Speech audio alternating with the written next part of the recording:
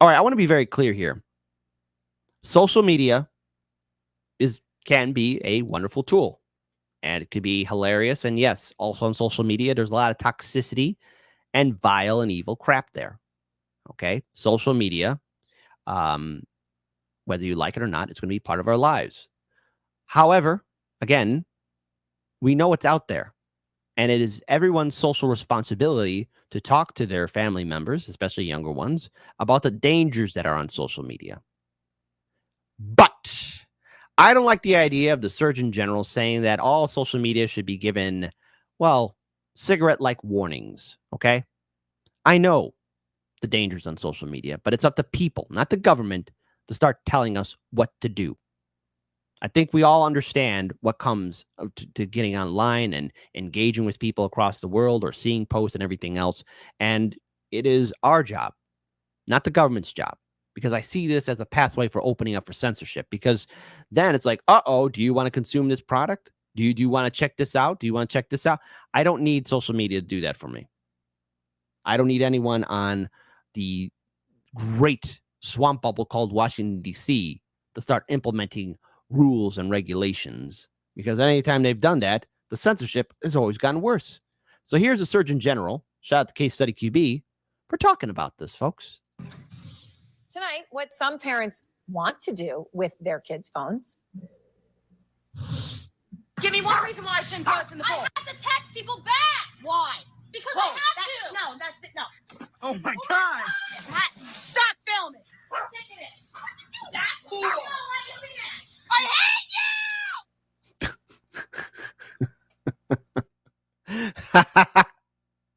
you! Here's the thing. It's easy to make fun of kids and younger people for being on social media, but I've seen adults act 20 times worse. Kids spend an average of nearly 5 hours a day on social media. We're not even talking about the internet, YouTube, stuff like that. This is just social media. Chicago Great One. Yes, I do remember I remember that outrage. Dude, I even remember people being outraged about Dungeons and Dragons. Oh no, they get to pretend to be a wizard. And what if somebody becomes so crazy they actually believe they're a wizard? Listen, I understand there's crazy people out there in the world, but not everyone is going to think, oh, I could cast a magic potion or do like a lightning bolt. No. You got to be reasonable. And the game ratings, by the way, those game ratings horribly suck. Short of destroying all screens, which just, isn't going to happen. The U.S. Surgeon General Vivek Murthy, my guest tonight, is proposing new warning labels like the ones that we all now see on cigarette boxes and alcohol, and calling on Congress to require the warnings on social media platforms as well.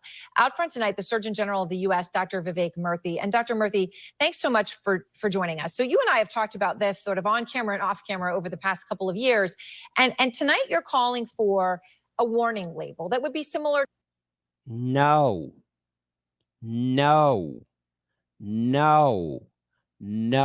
Why?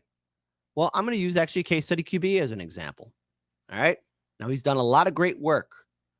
Now, anything can happen between now and then, but since I've checked out Case Study QB incognito, you know what X Twitter says about Case Study QB's account? Oh, you shouldn't watch this. This is there's some controversial stuff here, especially way back. You know what they were saying? Like dangerous adult material. Now, if you've been watching the show from the beginning, Case Study QB has only posted video clips from CNN, MSNBC, Fox News, CBS, ABC. I don't know how you sat through it for the past 5 years, Case Study. You're obviously made out of stronger stuff than me.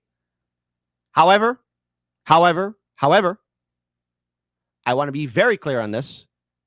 Nothing that Case Study QB posted on his X account, Twitter account, should be labeled that way. And yes, algorithms and AI gets things wrong. When I post some stuff here on YouTube, surprisingly, even I'm getting like a disclaimer for some of the posts that I talk about. And it has nothing to do with the current event that I'm discussing, but yet the AI gets things wrong. These warning labels are a recipe for more censorship and suppression. It's not to protect people. It's to control people. To say tobacco or alcohol, which have Surgeon General warnings. There are some who might immediately roll their eyes and go, well, what is this going to do? It's done a lot for tobacco. So tell me what you think the impact of this warning could be.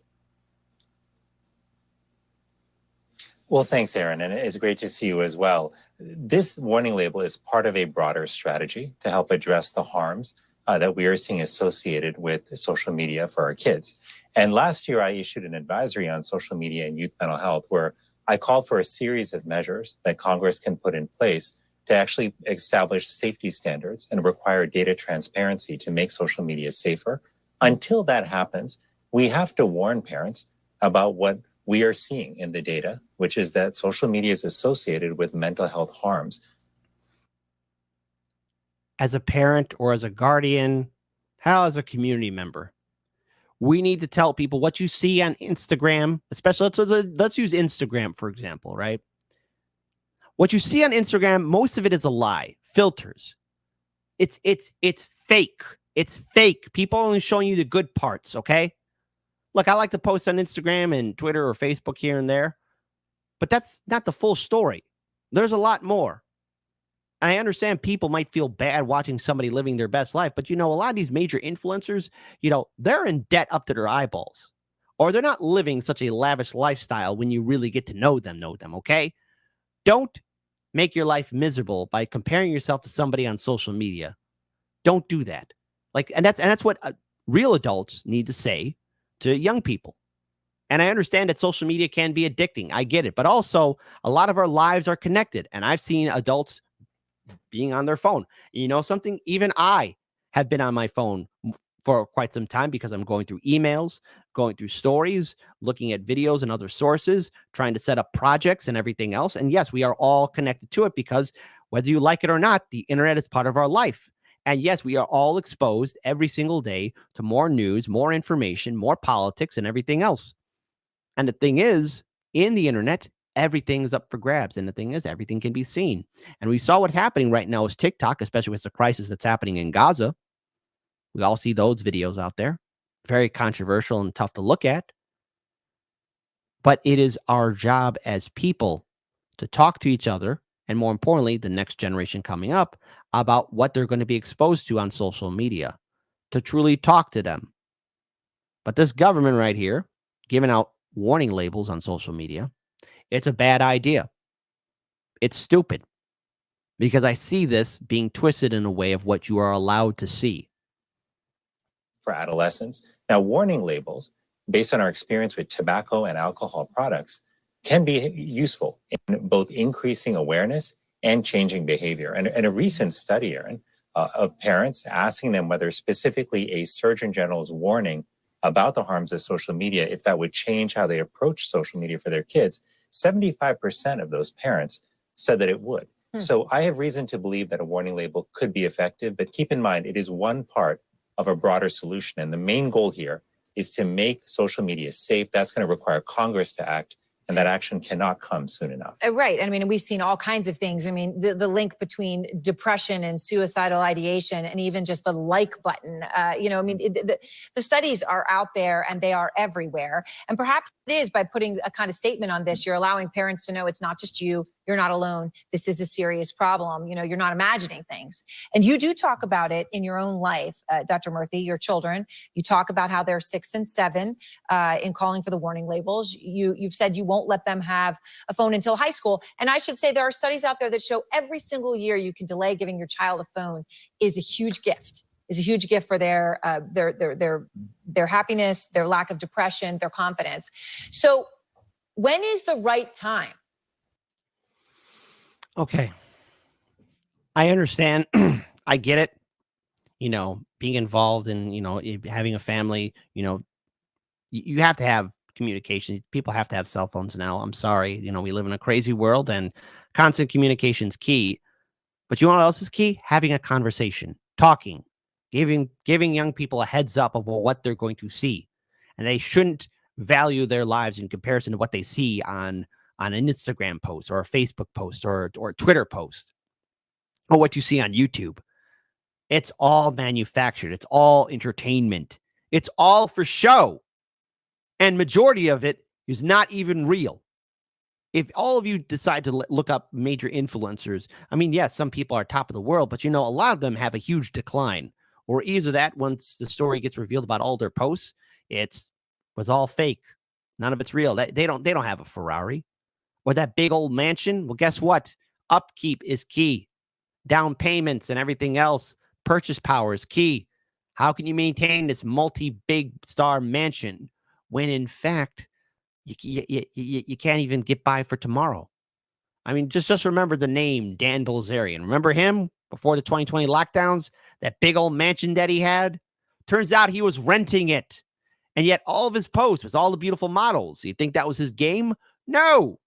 It was revealed later that he was buying those ladies. Cash money. It's all a lie. It's all a show. And that's what people need to come to terms with. Everybody. I don't need the government or the media to tell me that. We all know it. And everyone's saying, oh, I don't know what to do. You talk. T-A-L-K. Talk. It's not lifting up Mount Olympus, for Christ's sakes. Well, Aaron, I'm glad you're asking this question. This is something that all of us, you, me, all of us parents are grappling with right now in our lives. And I'm thinking about what you showed at the top of this segment, which really illustrates the struggle that parents are having right now with technology and their kids. And what I worry about and what I find to be disheartening as a parent is that the entire burden of managing all of this, social media, technology more broadly, for our children has fallen on the shoulders of parents, despite the fact that we didn't grow up with this technology, despite the fact that you have. And the government's going to come in and save the day? Yeah, because they got such a good track record, don't they? Some of the most well-resourced companies in the world, with some of the best product engineers in the world, designing these platforms to maximize how much time our kids spend on them. Yep. So we've got to get help to parents. Here's what I'm planning to do with my own kids. So number one, I am planning to wait until at least after middle school for my kids to use social media. And when they're in high school, my wife and I will reassess them based on their maturity, what the data says about safety, and whether there are safety standards in place. But there are additional steps that we can take as well. If your kids are already on social media, establishing technology-free zones in their day to protect sleep, in-person interaction, and physical activity, this is really vital. That can look like making meal times tech-free, making our time, an hour before bedtime throughout the night, tech-free, device-free zones as well. But the bottom line. Yeah, okay. People can do that for themselves. They don't need the government to lecture them. Okay. The government doesn't have a clean track record about, really taking an accountability. Plus, how many times have they failed miserably for prohibition? I mean, literally, in 1930s, they did prohibition for alcohol. No one could drink. How'd that work out? Ended in complete disaster. War on drugs. How'd that turn out? Oh, still ongoing. We got the most incarcerated population in the world. Yeah, swimmingly well. Now the government putting putting warning labels on social media.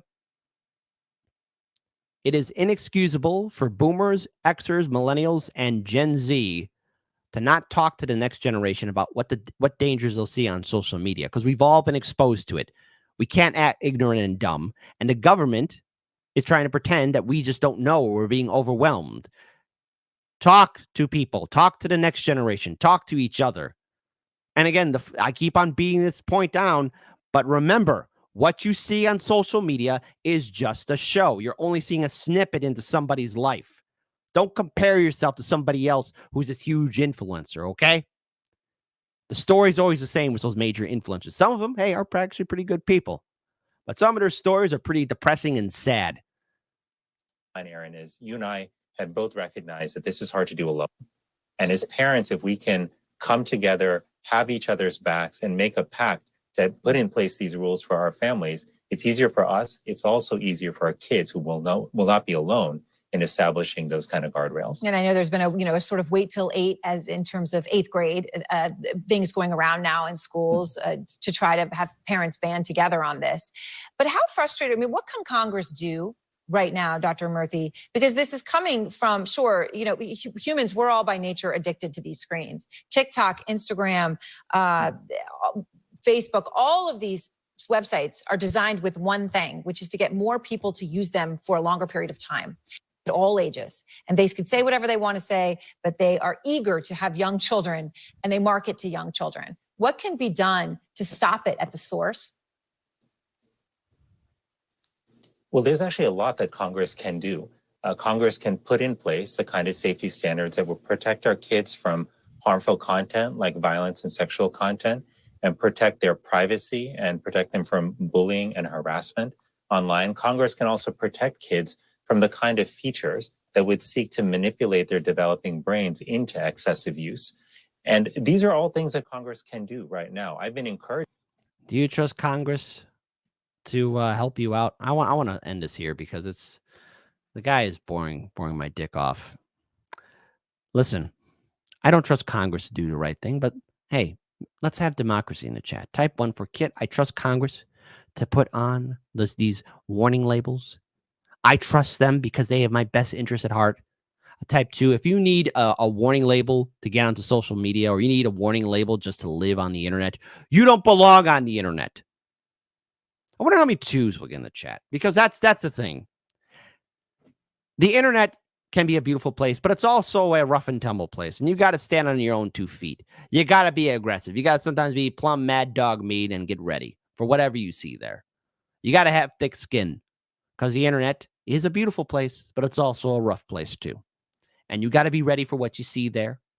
And I don't need anybody to hold my hand. And I'm pretty sure you don't want the government to start walking into your household. But oh, wait, they're listening in onto us on our phone conversations, reading our text messages and our emails. They're listening to us.